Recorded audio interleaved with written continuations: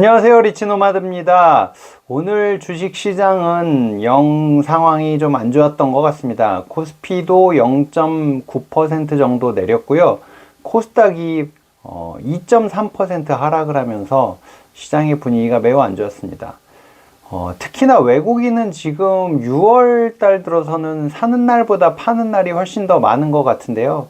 그런 흐름을 오늘도 이어갔고, 오늘은 보니까 새마을금고 사태랑 미국과 중국 간의 이 반도체 분쟁이나 이런 것들 때문에 거기에 또 FOMC 회의록 오픈됐는데 금리 계속 높일 것 같다는 이런 기사들 나오면서 여러 가지가 얽히면서 시장을 굉장히 차갑게 만들었던 것 같습니다.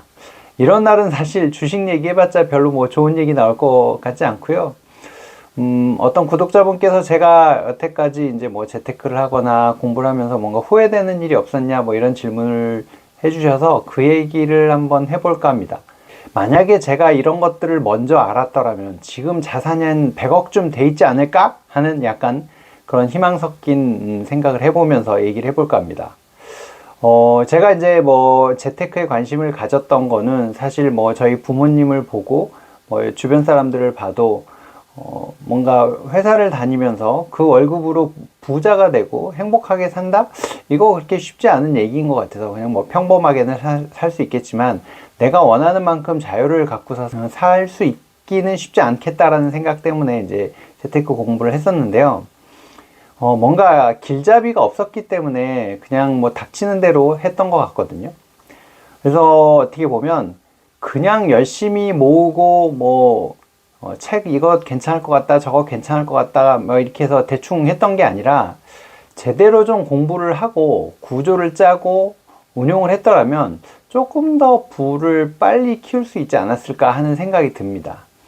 그리고 이제 돈 열심히 모은다는 생각 때문에 사실 뭔가 돈을 들여서 공부한다는 생각도 잘 못했던 것 같거든요. 그래서 배움을 위해서 필요한 비용들을 아끼지 않았더라면 그 비용이 투자가 되고 투자해서 뭔가 소득이 더 커졌을 수 있지 않을까 이제 그런 생각도 해봅니다.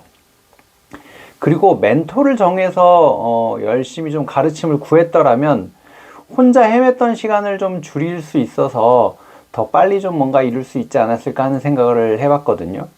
그리고 이렇게 성공한 좋은 스승들은 누가 와서 열심히 배우겠다라고 하면 그냥 매정하게 내치지는 않지 않을까 하는 게 제 생각이고요. 근데 보면은 이제 뭔가 정말 성공하신 분들한테 이런 거 저런 거 물어보면은 막 그렇게 귀찮다고 내치는 분은 없었던 것 같아요.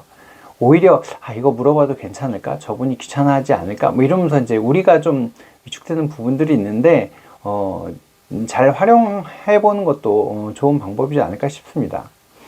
특히나 제가 이제 공부를 닥치는 대로 이거 괜찮겠다 저거 괜찮겠다 하다 보니까 뭔가 체계가 안 잡혀 있는데요.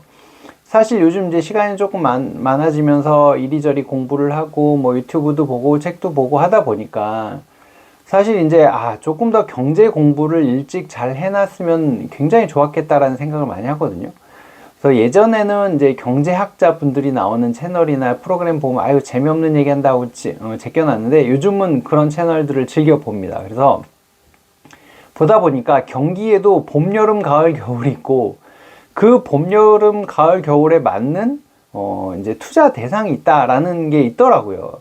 물론 그게 딱 맞아 떨어지진 않지만 그래도 큰 흐름의 변화가 이렇게 있을 때는 이런 자산을 운용해라 라는 것들이 있었거든요.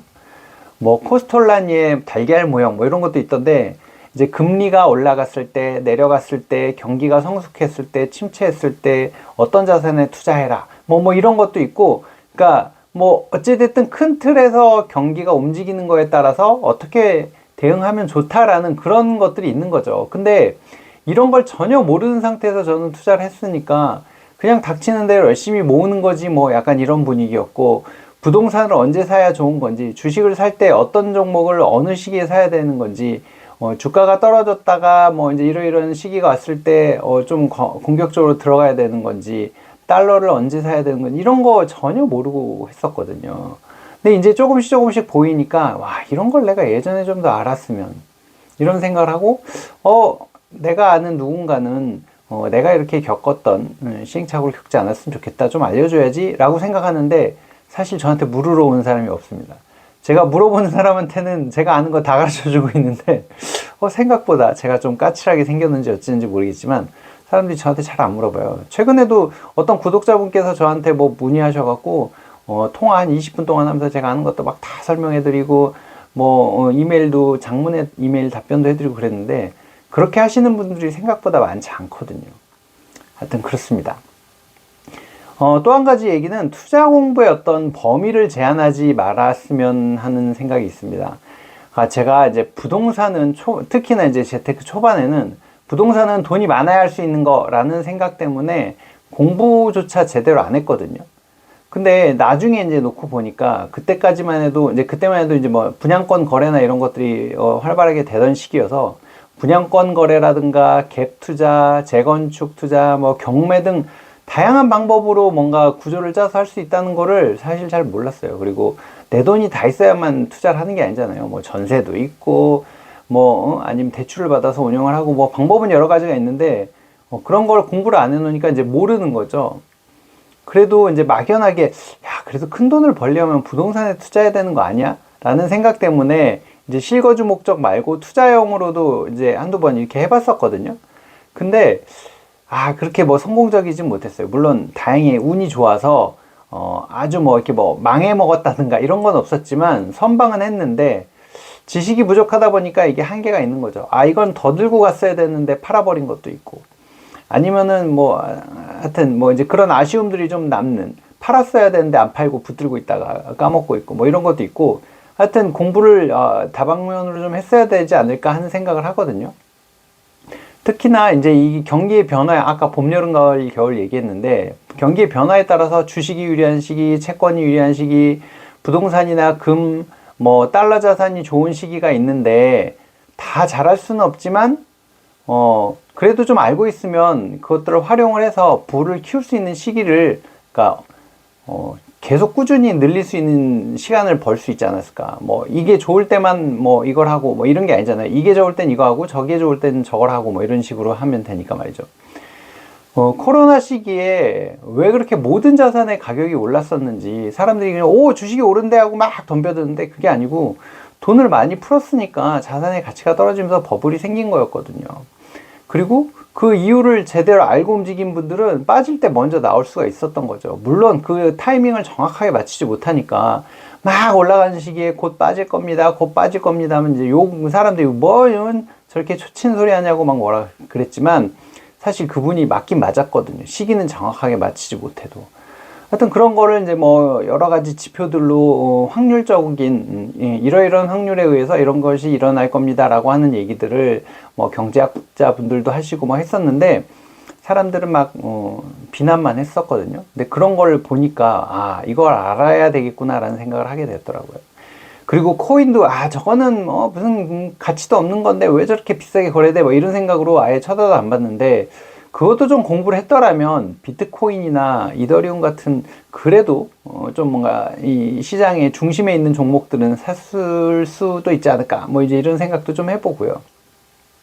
그리고 이제 성공하신 분들이 실패를 두려워하지 마라 이런 얘기 되게 많이 하시잖아요. 근데 저도 사실 실패를 되게 두려워하는 사람인 것 같은데요.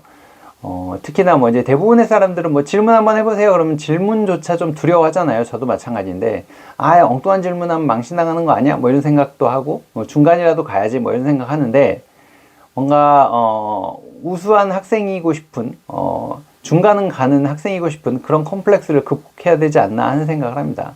많이 물어보고 많이 알아내려고 하는 사람한테 뭔가 지식이 하나라도 더 들어오는 거니까요. 그래서 제가 이제 이거를 그러면 나는 무슨 실패를 해봤던 걸까? 뭘 어떻게 해야 된 걸까? 이제 이런 생각을 하다 보니까, 제가 주식 투자를 하면서 이 종목 샀다가 저 종목 샀다가 이걸 팔았다가 샀다가 하는 과정에서 수많은 실패와 실수를 하더라고요. 어저께도 이걸 샀는데 이건 다행히 올라갔는데 저건 괜히 사갖고 까먹고 있고 이제 이런 것들도 있거든요. 그러니까 근데 그렇게 이제 시행착오를 겪다 보니까 조금씩 성공의 확률이 높아지더라고요. 그래서 다른 투자도 당연히 마찬가지고, 아무리 공부를 열심히 해도 실전을 통해서 배우는 것만큼 좋은 어떤 이 학습법이 없잖아요. 그래서 그런 부분들을 과감하게 공부를 하고 실전에 적용을 해보고 하는 과정들을 많이 해보시고 많이 하다 보면 분명히 본인의 노하우가 생길 거고 본인한테 맞는 스타일을 찾게 되실 겁니다. 그렇게 하시다 보면 여러분들도 빠른 시간 내에 뭔가 부의 기반들을 만들 수 있는 경제적 자유의 기반을 만들 수 있을 거니까 꼭 한번 해보시고요. 본인만의 뭔가 해야 될 일들을 한번 쭉 정리해 보시는 것도 좋은 방법이지 않을까 싶습니다. 오늘은 여기서 마치도록 하겠습니다. 고맙습니다.